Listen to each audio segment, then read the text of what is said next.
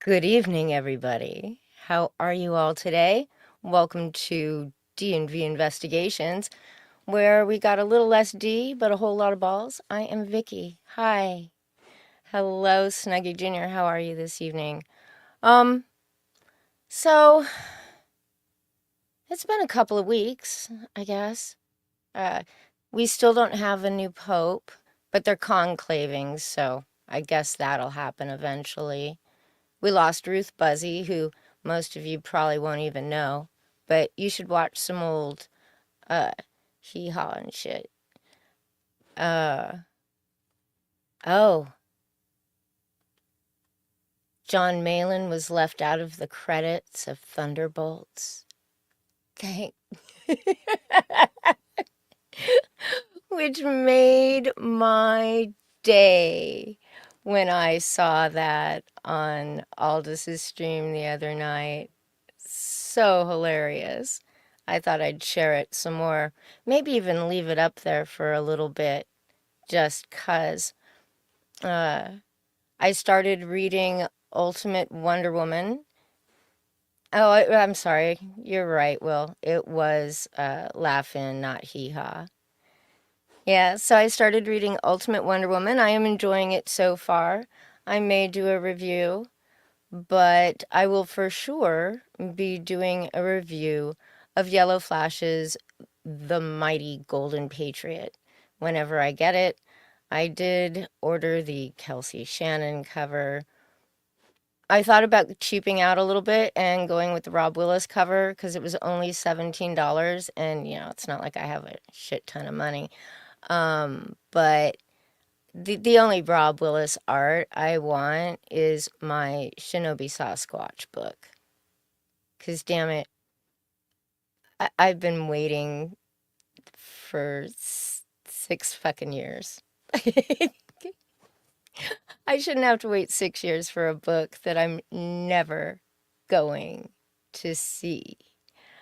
Um, it's gonna be take even longer than Cyberfrog 3 whenever Ethan gets around to starting that contraption. Oh, what a horror. So, I've been seeing Ethan raging silently at Yellow Flash for the last 4 nights on his live streams.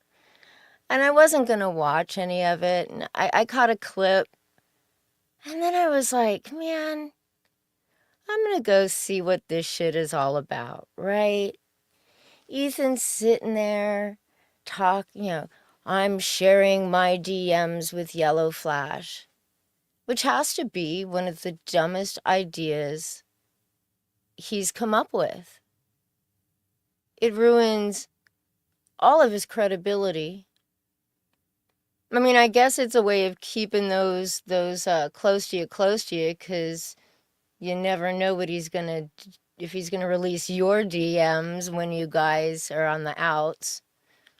And I was really struck by how mostly just banal these DMs were between Ethan and Yellow Flash as you look at them in their entirety. Now, I didn't watch the whole streams. I just downloaded them and then scrolled through with VLC player. But it didn't tell us much we didn't know. What, Yellow Flash had something to do with Renfamous's docs? We've known that. We've known that since it happened back in what, 2018, 2019, whenever the hell that was. Yeah, that's nothing new. It was taking him like 3 to 4 hours just to get through a year and a half of DMs. And they were nothing burgers. I mean, who didn't have a Kiwi Farms friend? If you're an old head around here, you'd know one or two. And they were doxing people, and you knew it. But man, It was just wackadoo. The doxing thing. Should I dox Yellow Flash? Man. No, he doesn't say dox, though. He says, should I unmask Yellow Flash? You're like, unmask him? For what? After all this time? Because he dared to put a book up on Ripasend instead of sucking your cock and going through Comicsgate and sitting there begging you for time on one of your live streams, which are now called what? The Trash Cast? It, it's nuts to me.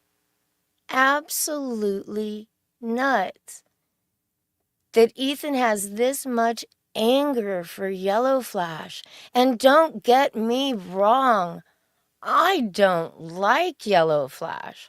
I've never liked Yellow Flash. I hate his friend Tug with a passion that cannot be described. It's deep and it's dark.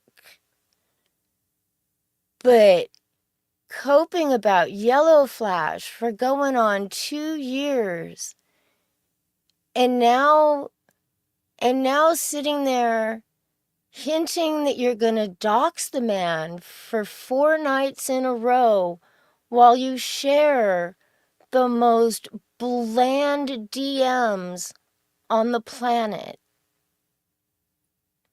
It's insanity. Absolute insanity. Hello, Edwin. Nice to see you. Thank you for your help this evening in getting me prepared for this. Hey, Scarlett, how you doing? We are talking about Ethan and Yellow Flash.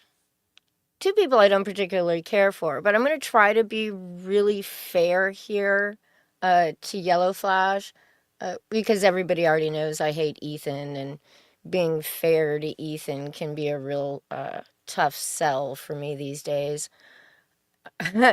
So what I thought I'd do is see what it is that Ethan's really mad about before I go into how Ethan is expressing his rage. So these are I guess the most recent, maybe not most recent, I got them a couple of hours ago off of the Ripasend site. Yellow Flash has sold $69,000 worth of books. He's got over 2,500 buyers or books sold. I don't know how many buyers because that's sort of a hidden kind of thing. It's backwards from Indiegogo. But if you look at that total, it's damn fucking good. Almost $70,000, and it's been up for what, a week now? And it's going to be up for a couple more months. And you add the shipping and handling onto that, which is hidden, which is not hidden on Indiegogo, and it's added to the complete total. And you're tacking on another 15-20%. That's commiserate with some big Indiegogos from Comicsgate in the last few years. Even some of the earlier Indiegogos, if you made, $80,000, you were doing pretty freaking good. Ethan was, everybody remember when Ethan was promising he'd get your campaign to 25K, and then he ran up against Super Harem and ran up against Micah's book, and he couldn't do it. He just couldn't fucking do it. And then he lowered that number to 14.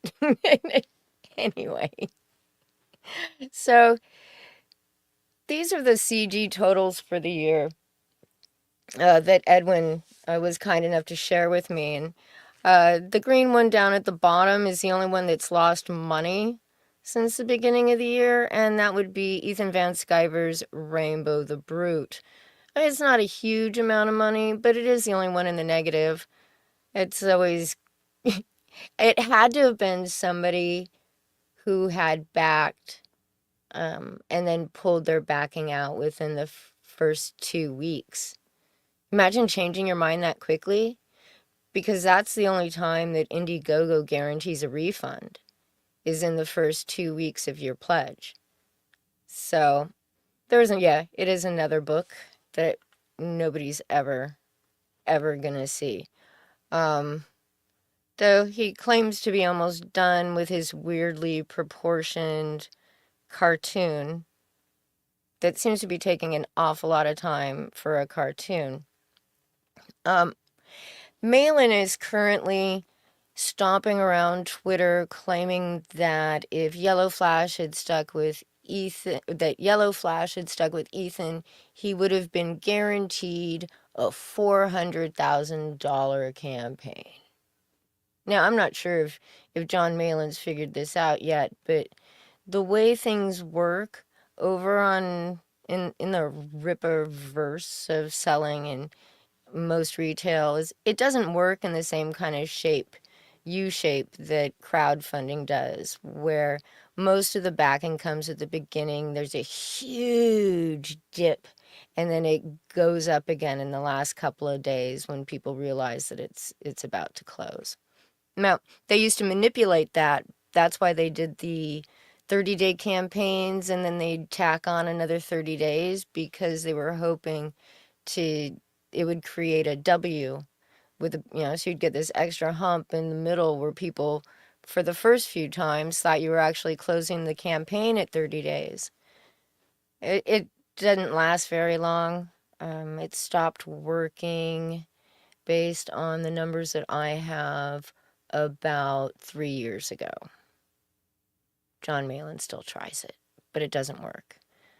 But if you notice, highlighted in this pretty pink color is Pigman by Bosch and He Punk by that weird little European guy with the really bad hair.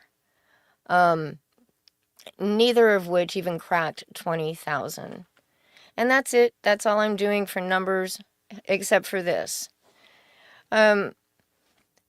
Drinker's poorly named Achromatic Chronicles. He did the first one on Indiegogo, and he got about $107,000.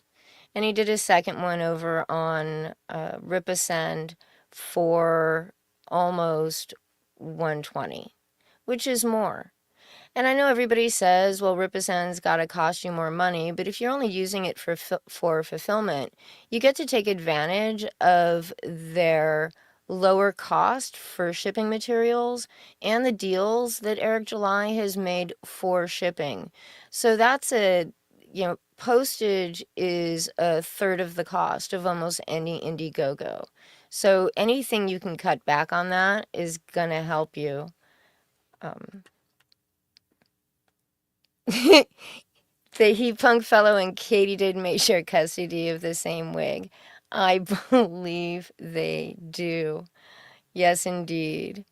So before I get to Ethan Dox baiting Yellow Flash, let's go ahead and start with Ethan being unable to keep track of his own narrative.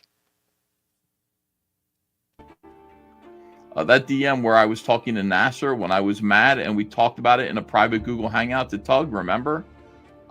Isn't that interesting? Isn't that interesting? There's a certain type of person that wants me to go to a private hangout to talk about somebody else, and it's two people, 2-on-1. Okay, so let me get those. I'm noticing patterns in Comicsgate, like, the fact that it's like Student of God equals SJW Spider-Man, same fucking anonymous, weird, obsessed creep who propagandizes against me or Comicsgate or whatever. Right here, this idea of two people asking me to meet in private to denounce somebody else started with Edwin Boyette and Mike S. Miller, because they were so concerned about Georgie Alexopoulos, Pussianopoulos, and they wanted me to condemn and denounce war campaign. That was one time. Second time, apparently, Yellow Flash and Tug asked to meet with me in private to talk about Nasser. And then the third time, PTP and Phone Tap Phil Diaz asked me to meet and talk in private about condemning Mandy. That is so weird how that continues to happen.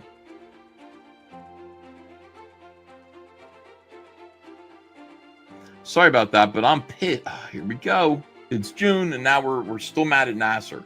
Sorry about that, but I'm pissed at shitbag Nasser. You watched that video, right? He talked about Tug in some nasty ways. Then he responded with a screenshot from 1108 when I was mad about you over the Tug thing. I'm sure he is going to send that to you.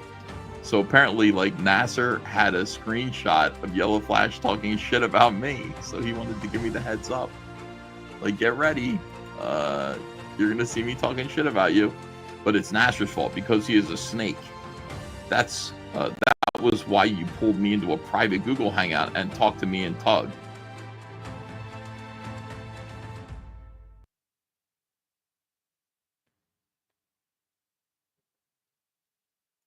That's why you pulled us into a private Google Hangout, Ethan.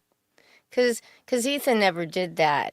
Ethan never pulled anybody together to try and talk to them at all behind the scenes. That wouldn't be like Ethan at all.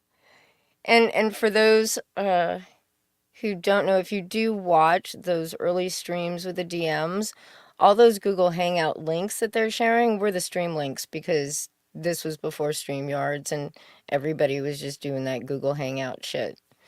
It was a long time ago. A really fucking long time ago. Um, but yeah. So then Ethan decides the best move and the best career path going forward is to threaten Yellow Flash with his docs, but then people, he gives us a little extra to go along with it. I have yet, even though I have pieces of information, I have yet tried to, I have not yet pulled the veil back on Yellow Flash. I could easily find out who this guy is.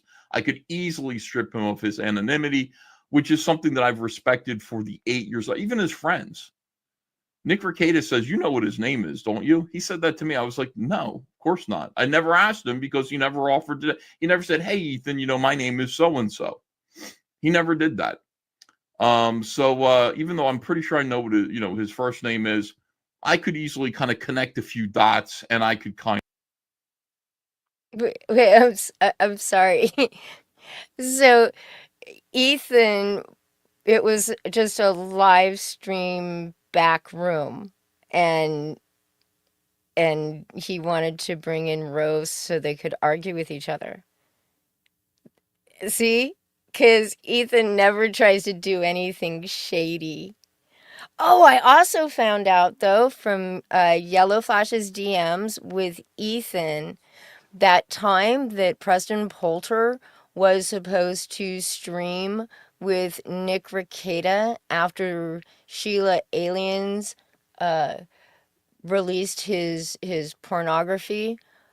Uh, they really were scheming to bring Ethan on with Preston, and that was the reason why Preston didn't go on Rekieta's stream in the first place, because he thought that they were going to do that, which I thought was pretty funny and weird and a real creepy blast from my past.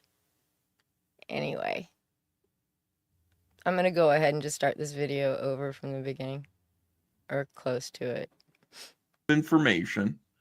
I have yet tried to I have not yet pulled the veil back on Yellow Flash. I could easily find out who this guy is. I could easily strip him of his anonymity, which is something that I've respected for the 8 years, even his friends. Nick Rekieta says, "You know what his name is, don't you?" He said that to me. I was like, "No, of course not." I never asked him because he never offered to. He never said, "Hey, Ethan, my name is so and so." He never did that. So even though I'm pretty sure I know what his first name is, I could easily kind of connect a few dots, and I could kind of figure out who this guy is and learn a little bit something about him if I wanted to, if I thought it was necessary. This is why I might think it was necessary.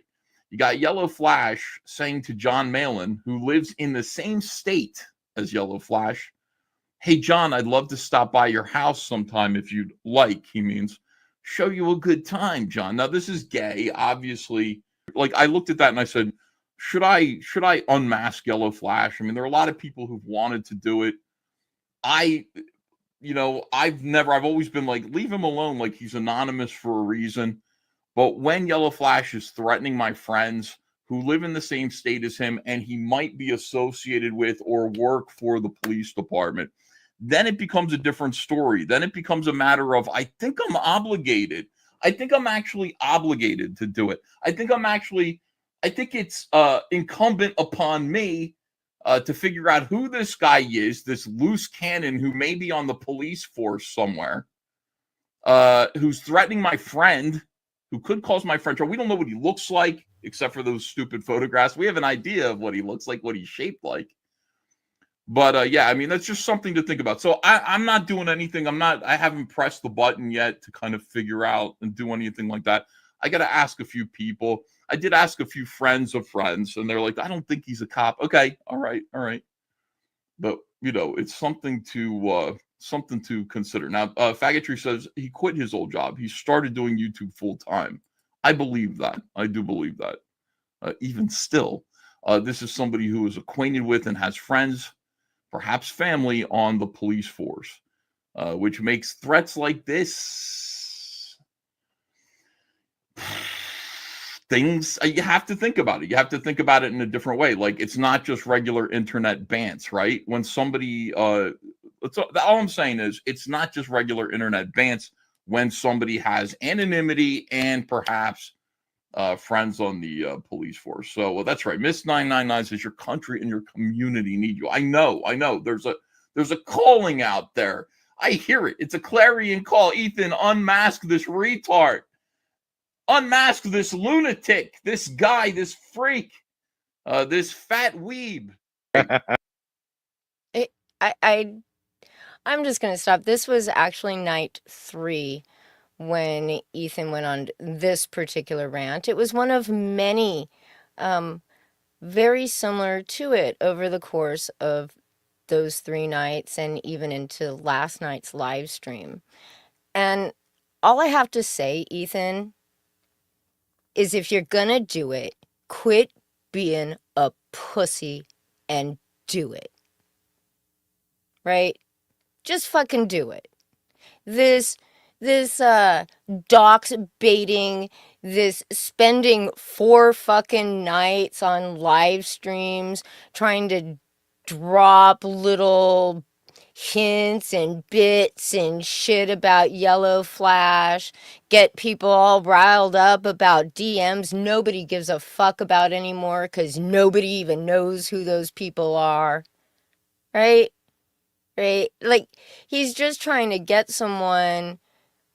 He's hoping, because he can't go onto the farms anymore, he's probably just hoping some bored dude that hates Yellow Flash from Weeb Wars, or just someone from the Comicsgate thread who ain't got nothing better to do, is gonna sift through Ethan's bullshit and dox Yellow Flash for him so he can say he didn't do it and his hands are fucking clean. All it took was like one sentence from him on a live stream about Cecil, and he had the Comicsgate housewife Sheila Aliens deep diving on Preston Poulter and finding some deep fucking dives, let me tell you, right? But he doesn't have that power anymore. He said he's got a mauled for 4, maybe even 5 fucking nights. I didn't see what he was streaming about tonight. About Yellow Flash. Threatening, talking about how he should dox him. Maybe I should. Maybe I shouldn't. No, I gotta think about it. No, no. Yeah, yeah. I need to protect my peoples. The fuck? Like I said, quit being a fucking pussy. Because you know what's gonna happen, Ethan? You claim you don't even know Yellow Flash's first name. But you could still comb through your cyber frog sale shit and find him. And you know it. And you know that everybody's gonna know that that's how you fucking did it. And even if you don't, and even if some bored Kiwi farming doxer decides to pass it along to you, people are still gonna think that you combed through your financial records to find Yellow Flash. And then you'll be fucked. Even harder than you already are by the sales figures that we're seeing and the tariffs. Like, this 4 days, maybe 5, I don't know, of going after Yellow Flash and trying to hint at his docs just was so dumb. So dumb. How small is Ethan's fucking bubble gotten, right? Like, does he talk to normal people outside of Comicsgate and his wife? I mean, I'm assuming he talks to his wife, right? Does he? I have no fucking idea. But he talks and he acts like those people that you see in Discord groups and DM groups, right? The ones where everybody talks about different things, but eventually it all just focuses in on one subject or one fucking person, all for the fucking drama. That's what Ethan is now. Seriously.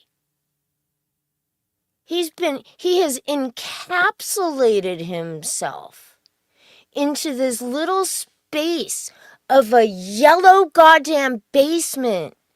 Dude, redecorate! For fuck's sake! Take a few days off, get some fucking paint, get some exercise, and redecorate that shit.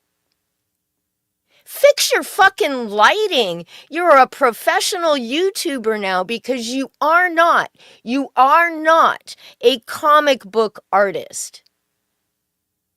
You have to actually put out books you get paid for to call yourself that, motherfucker.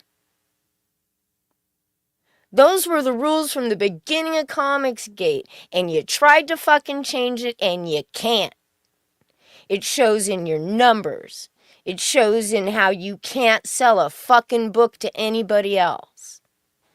Or for anybody else. Shit. Ethan hasn't put out a good actual end to a campaign since Vito's goddamn piece of super killer shit that still hasn't come out. And that's what? 2.5? 2 years ago, maybe? Something like that? That's a long fucking time. Ethan hasn't been able to pull out an ending like that in a while. I mean, probably because he'd have to take his own head out of his ass. But like I said, this bubble has gotten so small. And he got so caught up in going after Eric July and Yellow Flash that he does this. By the way, Tug has every reason to feel kind of like smug here. Umbrella Guy's last comic book $163,468 with just 2,000 backers. Tug, by the way, how is that possible? Oh, it's backers. It's not books. We don't know how many books Tug sold here.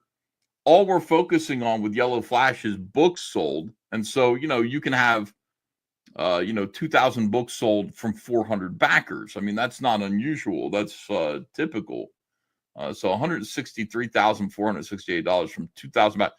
Tug's like, yeah, good job, Flash. Great job. If Yellow Flash doesn't beat Tug, and by the way, I promoted this book. This is me that did this. You know how much I charged Umbrella Guy? $0.00. Why are you speaking on behalf of this comic, Eric? It's interesting. Able to reap these benefits. Hey, we got Umbrella Guy there. There's Umbrella Guy who I have not seen in a while. Umbrella Guy, where is... Can I ask you something? I haven't seen you in a while. I got nothing against you, Tug. Where's the Case of the Littlest Umbrella 4? Can I just ask, where is that? Where is it drawn? Isn't there just asking? I mean, somebody should just ask Tug, at some point. Is there an artist, a famous artist who you've worked with throughout this whole thing who already did Case for Littlest Umbrella number 4? And we're just out of it now. We've just decided not to. These guys don't give a shit about artists. They do not care. These artists just do work and they just kind of go, well, I don't really care. I haven't sold it. I haven't asked the customers for any money. But the artist, meanwhile, is slaving over pages for projects that, I don't know, they're anticipating maybe possibly getting paid at some point. So it's interesting that Umbrella Guy is here, backing up his friend Yellow Flash. I got your friends up in my messages, Tug. Your friends who are just like, hey, by the way, just FYI, man, maybe look into launching that shit.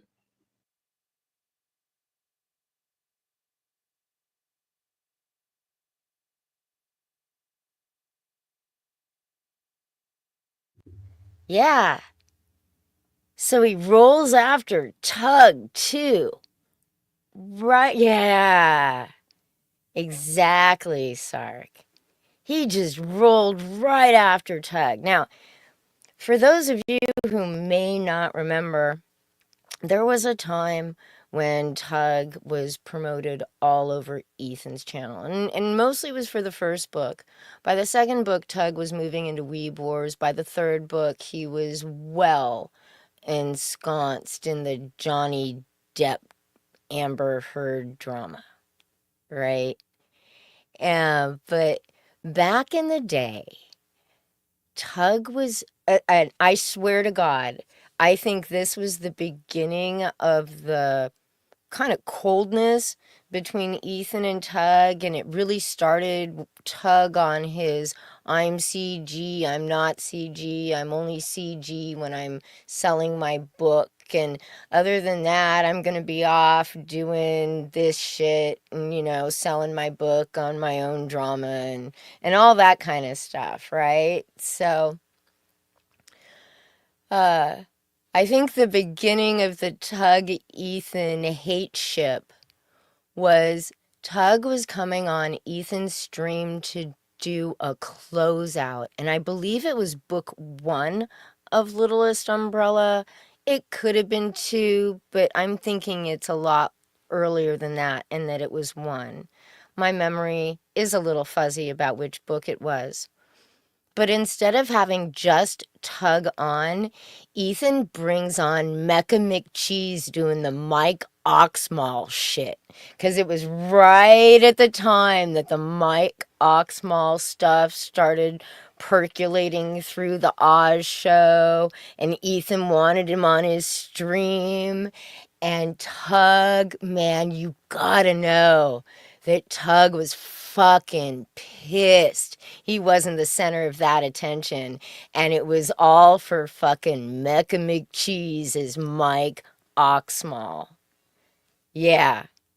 Then Tug changes artists, and that's the artist that Ethan's referring to. He did book 2 and 3. Actually, he did everything for book 2 and 3. Just look at the credits. I think I think Tug gets credit for creating the characters, but his S.K. Bennett did everything from the colors to the inks to the pencils to the letters to I think he fucking wrote it. He edited it. He did all the work while Tug ran around talking about how it was his comic book that he's doing because of his daughter, and the one that Vickyverse is fucking attacking and calling CPS on me and swatting me and all this other shit that never happened. Yeah, yeah. But I'd been hearing stuff too. So I guess there was going to be a fourth book. But I've also heard that Tug sucks to fucking work for. How long did it take him to let out that last book, right? And he sends out the updates. As far as it looks like he's talking about how the book's done, if I remember correctly, but suddenly he needs the people's head sketches for the draw-in tiers. So everybody had to wait even longer because Tug didn't bother contacting these people until like the very last minute. Then he used his divorce as an excuse for not fulfilling the book for a year and a half after it had already like was ready to go to print. Fuck Tug. I'm sorry. I just I can't with them. You know? That's just too freaking much. But I have a little break here for just a second. I stole this earlier this evening. I got a kick out of it. Sponsor. Now somebody later on tonight will probably be e-fapping fucking Liam. It'll probably be Risey. You know, that seems to be his new job. Right? Right? I love that damn thing. It is so fucking funny. Every time I see it, or I see play it on his channel, I just laugh. I think Texas Mofo made it for him for his channel. Can I say she? I can, but let me get a little bit more excited and I'll get that accent just right. I've been living in North Kakalaki for a while, so. But then Ethan went even further last night and started attacking PPP. Oh, I'm sorry.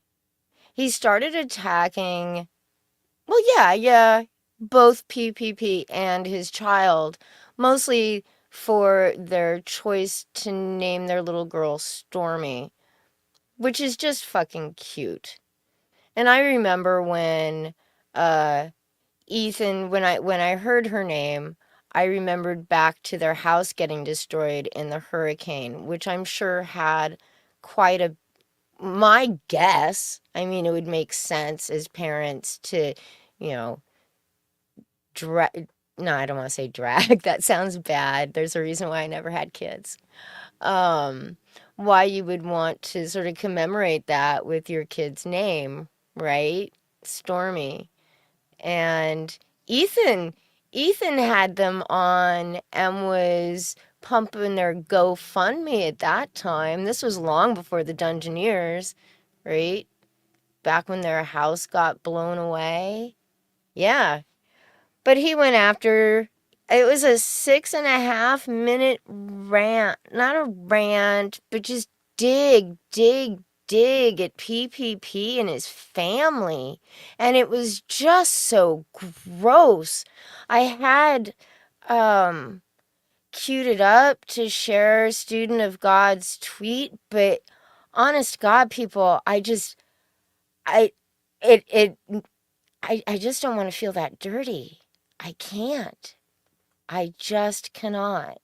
But you can all go to Twitter to Student of God with 2 D's and watch it yourself. It was just horrible. Just horrible. So, next on tonight we're going to talk a little Rackets. Who, people, can I tell you, looks worse than ever. Like, ever. And it's odd to me because I've seen people after they go into recovery, beforehand they look fucking rough, right? Super rough around the edges. They're skinny. They got that look. Their faces just kind of droop. There's just something about them. They have that look. And usually recovery, within a few weeks, maybe a month or so, you start looking a bit more human. Like a little bit more like you used to. Not quite, but mostly you start looking pretty fucking good. Not Rackets. He still looks just as bad. Just as unkempt. I was watching this. I was looking for the clips for this thing, and I watched him fiddle with his fucking sleeves for like 10 minutes during a live stream, kind of staring off into the corner, doing that thing that he does when he talks, but he's literally just folding and straightening that little cuff up above his elbow for like 10 fucking minutes. That's not normal behavior. That's someone that, in my opinion, looks like, notice I got that looks like in there, still getting high. Right? But there was this drama between uncivil law, oh gosh. So it was Kurt, Sean, and Rackets. It involved Melton, but only peripherally. And if you don't know who he is, thank your lucky stars. I'm not going to explain it. Just 'cause. Just 'cause. And it has to do with this super tip system that Melton put up. I'm sure it's probably some open source software kind of thing. And what it'll do is it uses an AI voice to read these super chats that go to the freaking contraption, right? And Rackets has mainly used it in a way to make fun of people. So, let's go ahead and... Can I explain my beef with Nick? I don't know anything. I don't know that I necessarily have a beef with Nick, but Nick texted me and said we weren't friends anymore. So we're not friends anymore. And so that's the end of that story. I don't know what more to say than that.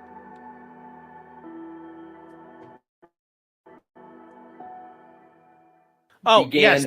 I will bring it up. I am thrilled that I am now able to help support the Ricada family in their violin lessons and part of their immense snack budget. It's really flattering that Nick is such in a desperate state he needs to use my name, image, and likeness to generate such income for himself. I guess that's good that I guess someone's helping take care of his family. So, I mean, that's the positive note. That's the positive note. So remember, silver linings, chat. Silver linings. Although, I may take a look at that because I don't think anybody, I never gave anybody permission to go do all that, but that's a secondary issue. I'm leaving it rent free. I know that's the funny thing, but hey, you got. There's some questions out there about like using the voices of people for super tips. So I brought in an expert. I didn't give consent to the use of my voice, and I'm a fat retard who thinks I have a copyright interest in my own voice. This is because my legal analysis is as good as my cardiac stress test results. Jeez, that's a little harsh on yourself there, Sean. Settle down. So we have a big task today to go along with this trial. One of my colleagues is a giant pussy. His name is Kurt. And we have these super tip voices, things like this, right? Real quick, he actually breaks into his trial coverage and mauls about this for approximately 30 minutes. Like, people are talking in the courtroom and he's just talking over it about Kurt and the super tips and all this stuff. And what Kurt, well, I got all of the clips that I used for this from Alyssa, so I didn't watch these full streams, but what actually caused the rift in the relationship between these three men was Rekida's arrest and his insistence that the search warrant was going to be overturned, and that didn't happen. As we all know, the search warrant was upheld, and they said, and they were critical of what of Rekida's behavior towards his children based on what they had read from the police reports and things like that. So this all goes back to Rackets' arrest, and ever since he started streaming again, he's been digging at Kurt especially.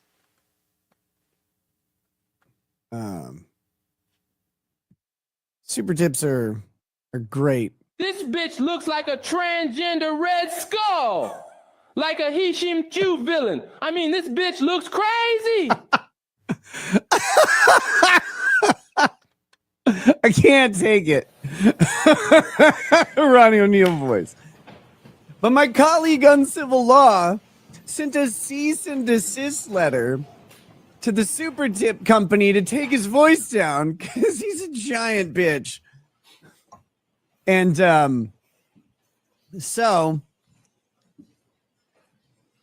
I just want everybody to take an opportunity to use the super tip system Make and the search at the defense request for use a different voice to an tell inquiry Kurt regarding exactly hypothermia. how much of a Did you have a chance to speak to the how much of a officers bitch further? he is for that. Sula says if Nick and Kurt are drowning and there's only one life preserver, who gets it, Kurt? I mean, Kurt. You have to think about it. Oh, the whole thing with Kurt and Nick, hey, I mean, I know Nick is acting like there's all these theories. I mean, there's a simple theory, Nick. You know why your super tips got taken down? Because Kurt did the lawyerly thing and read the contract you have, the terms of service. You understand what those are, right? Well, to be fair, he knows he hasn't read it yet because he's got other things to do, like abuse drugs or whatever it is he's doing in his free time. Scream at his kids while he drives them everywhere. But if you read the terms of service, Nick, you need written authorization. You notice how I kept on bringing that up every time? And you're worried about all these other, I don't even know. Who knows what you're arguing about? Did you follow the basic rules? Did you understand the assignment on super tips? I don't think you did. And also, since you're telling me you don't need my likeness to feed your kids, I assume they're probably getting fed the exact same then. It sounds like probably nothing. I'm just going to go ahead and file a little heads up too in Melton. Like, yeah, I don't really like this. I didn't get permission. Can you please remove it? And guess what? It's going to get removed. So congratulations, Nick. Played yourself.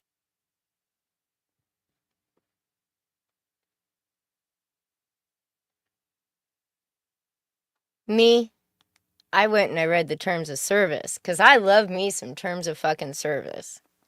Unlike apparently attorneys and other people like comic book artists who actually rely on these terms of services to get some sort of money. Yes, it does say that you have to ask for permission.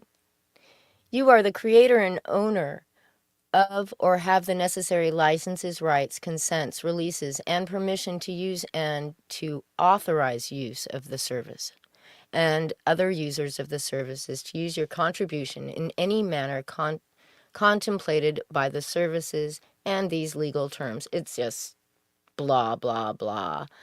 You have the written release and or permission of each and every identifiable individual person in your contributions.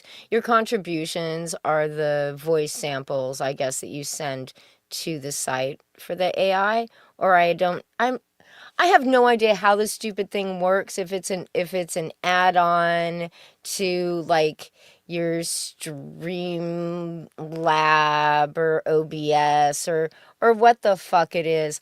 All I know is you're supposed to have somebody's fucking permission to use their voice or use their picture, and if you don't, you're kind of fucked. I mean, they kick you off the service, which boo freaking who, because then they put things in like your contributions are not obscene, lewd, lascivious, filthy, violent, harassing, libelous, slanderous, or otherwise objectionable, as determined by Melton. Like, okay, all right, yeah, whatever. It's so ridiculous, though. Years of fucking friendship down the tubes. Gee, where else are we seeing that, right? 6 years of fucking DMs being doled out 1.5 years at a time by Ethan on fucking Yellow Flash. And like I said, that shit's just banal, man. Nothing we didn't already know. He didn't like fucking Nasser. Wow. That's not unusual. Most people learn to not like Nasser. F. Nasser was a meme in Comicsgate for a reason, man. Right? Gosh. But what a dang time. I keep waiting, I guess, for Ethan to like step out of the little bubble that he's created for himself, but I think it's fucking impossible now. Yes, Glenn. I think he manscapes the unibrow now, and he's no longer chubby. He's turning into a almost handsome young man. Yeah. It's scary, I know. But Richie Dupe says he goes after Kurt because he considers him an easy target. Yeah, but Kurt is kind of mostly like, because I watch some of his streams. Mostly he ignores Nick. He doesn't really talk about him. I don't know if he's talking about him during whatever weird gaming streams he does, because I never watch gaming streams. Sorry, people. I just don't find them interesting. But, Kurt just kind of ignores him. Is he just waiting for Kurt to blow up? Right? And finally respond? I don't know. I just know that Rackets looks like he's still doing something. And whether it's that something prescribed by a doctor or something he can pretend was prescribed by a doctor, or if he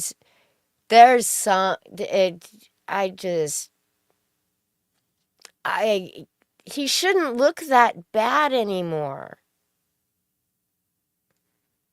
And once again, we are going to glory in John Malin being left off of the Thunderbolts credits because it's beautiful. And I'm going to tell you one quick little story about John Malin and Well Read and Smug Pug. It's on the stream. It's in the stream somewhere. But Well Read had just started doing his review streams, and he'd switched to the format where they'd review the comic and then have the creator on after for a discussion about things, right? Just nice. They were always polite, mostly, and then it became John Malin started hanging out in the chat, and it was a big big get for Well Read to get John Malin to come on his channel, man. Like, John Malin was going to be one of the biggest Comicsgate names to actually come on his channel to have their book reviewed and talked about it and everything. Only this time, because they'd already reviewed John Malin's indie books that had come out, they were going to review an old comic. And Well Read said, Thunderbolts. Or maybe Smug said Thunderbolts. I don't know. But that's what they were going to review. They were going to review John's run on Thunderbolts. Well, a few of us sat in voice chat one night in Discord, including Smug, and we read the Thunderbolts run by John Malin, and I turned to Smug and I said, baby, they ain't no way Well Read can do this review on his stream. It'll be over. He might as well just pack up his Comicsgate britches and move along if he decides you guys should be reviewing this. And that was the same time that Well Read and Smug's relationship blew up. But a John Malin book did not get reviewed that evening. Because how do you explain to your audience that there's something like, 12 issues? There were quite a few issues, and nobody had hands or feet. Nobody. Yeah. It really is just so bad. And John hasn't gotten much better, and this is just my personal opinion on John Malin, but if you look at, like, this godlike character that he has, I'm not even going to pretend to know what the storyline is, but if you look at it, and then you go on, Mark Polton's Indiegogo campaigns, and there's a book on there, and for the life of me, I'm sorry, I can't remember what it's called right now, but it was a project that he and John Malin did like a decade or so ago, right? And the characters the guy from Godlike looks just like the main character in this series, just in a different color fucking outfit, right? Like, no wonder Ethan couldn't get anybody to buy that Bosch Foston's Pigman. That thing's he wrote the first issue sometime after 9/11, right?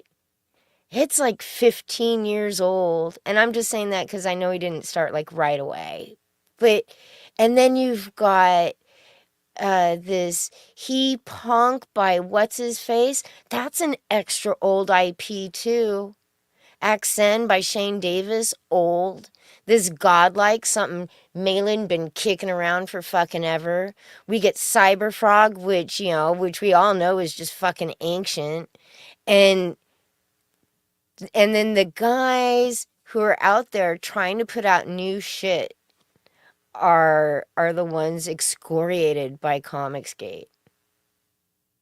But yes, so we have decided Ripasend is not in any trouble. It does not cause your books to fail. I am surprised, however, I will add at the end of this live stream all about all this shit, is that I am kind of surprised that it didn't do a little bit more gangbusters out of the gate, and I'm talking about Yellow Flash's The Mighty Golden Patriot. But it could just be Yellow Flash's kind of blah personality, which doesn't he doesn't have any pizzazz, no razzmatazz, like, and I'm afraid he just may not have been prepared to do the patter to sell the book. I don't know. I don't really watch his content. I'm not really sure. I can just go by the way I imagine Yellow Flash talking about it. And it all just sounds like it, to me in my head, sounds the same as him talking about, I don't know, Kathleen Kennedy or something. I could be totally fucking wrong. But I did back the book and I will review it. So we'll see, right? We'll see how good it is. I'm Dillard's okay. You know, I've seen some questionable stuff, but I don't know. Maybe these people should just hire me to be an editor because I'm not sure Literature Devil did, like, you know, Literature Devil? The guy who doesn't know the difference between satire and parody? I don't know. We'll see. But I am looking forward to at least reading it, and this will be my first, like, Comicsgate adjacent book in a while, even though I did back Tim Lim and Mark Pellegrini's new Common America manga. It is over on Kickstarter still, so you should all go check that out because it just looks really cool. And I didn't line it up, and I don't know where they are. Hold on, maybe I can find this real quick. You guys have to see this shit that Ethan is talking about, the art. Oh my God, I saw art for his new book on his stream, and it's not something I can imagine him being able to sell to Comicsgate. And there it is. Let's see here. I can't zoom in on it because I'm sharing the screenshot from his stream. But my Lord, what in the fuck is this?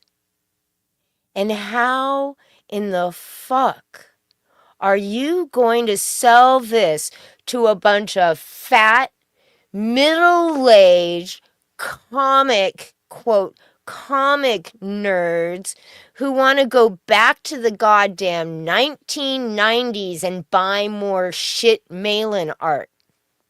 Please, can anybody explain to me what the fuck this is and why this is the art that Ethan was showing off for his Diary of Heather Swain book? All this time, he's been sitting there slamming Mark and Tim about Common America and the fact that there are some scenes during those books where they're kids, right? And then they're in high school. And it's for little girls. Real men don't read manga. They don't watch anime. And this is the fucking shit that Ethan is giving you guys, is gonna try to give Comicsgate? This? Like, holy fuck. I cannot understand what the fuck he's thinking. What in the fuck is that? I'm just... Good fucking God. And I'm not saying that it looks bad. Personally, this is not me judging the art.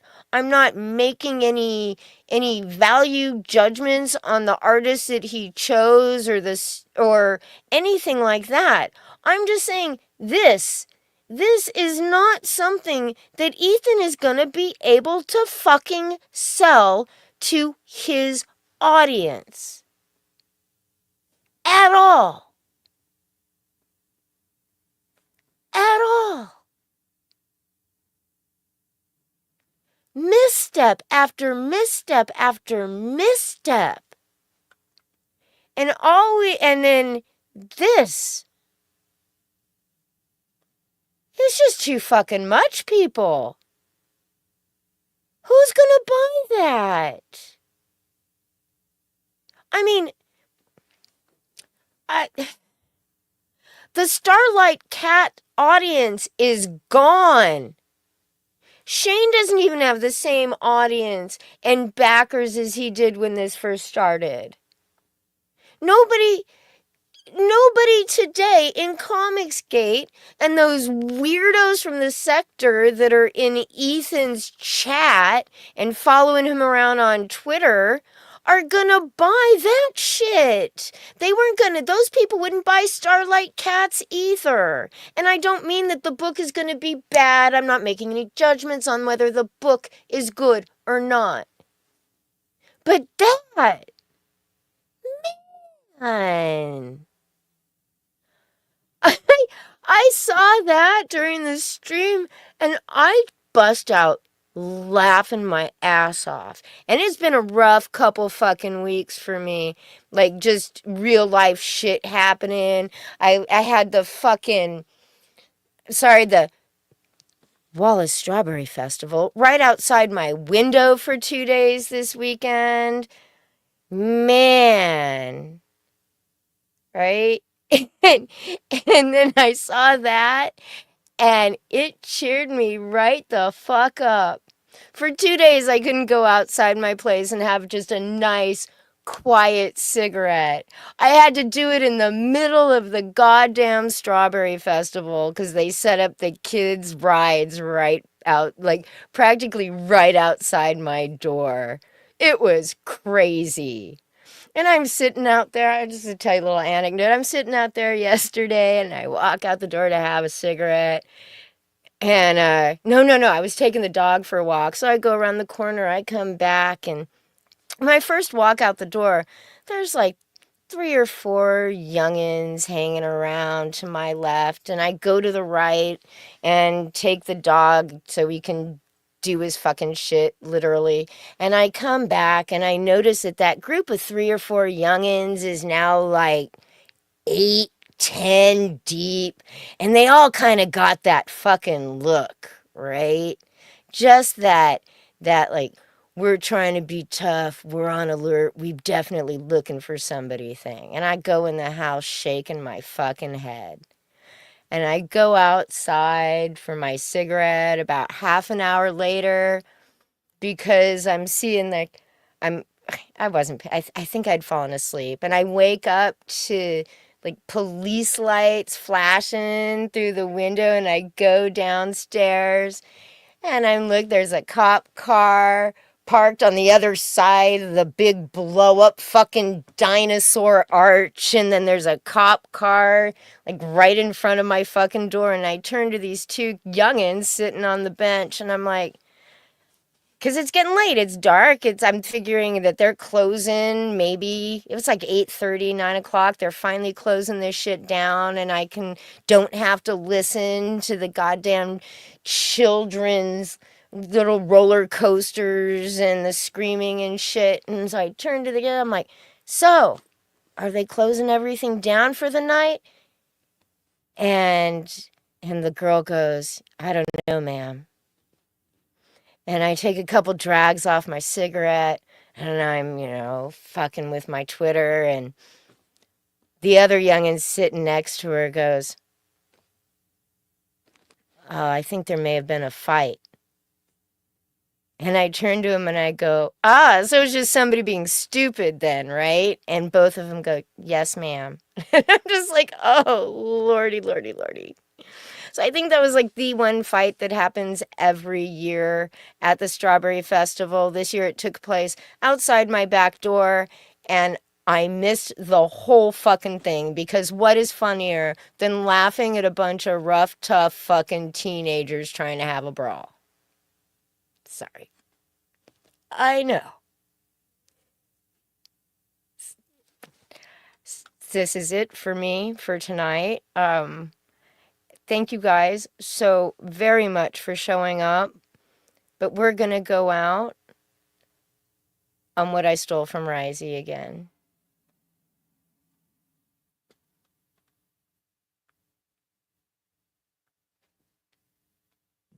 All right, a word from our sponsor. Now somebody later on tonight will probably be e-fapping fucking Liam. It'll probably be Risey. You know, that seems to be his new job. Right? Right? Good night, everybody, and thanks for joining me. I may be here next week if there's something to talk about. We'll see. Thanks a lot.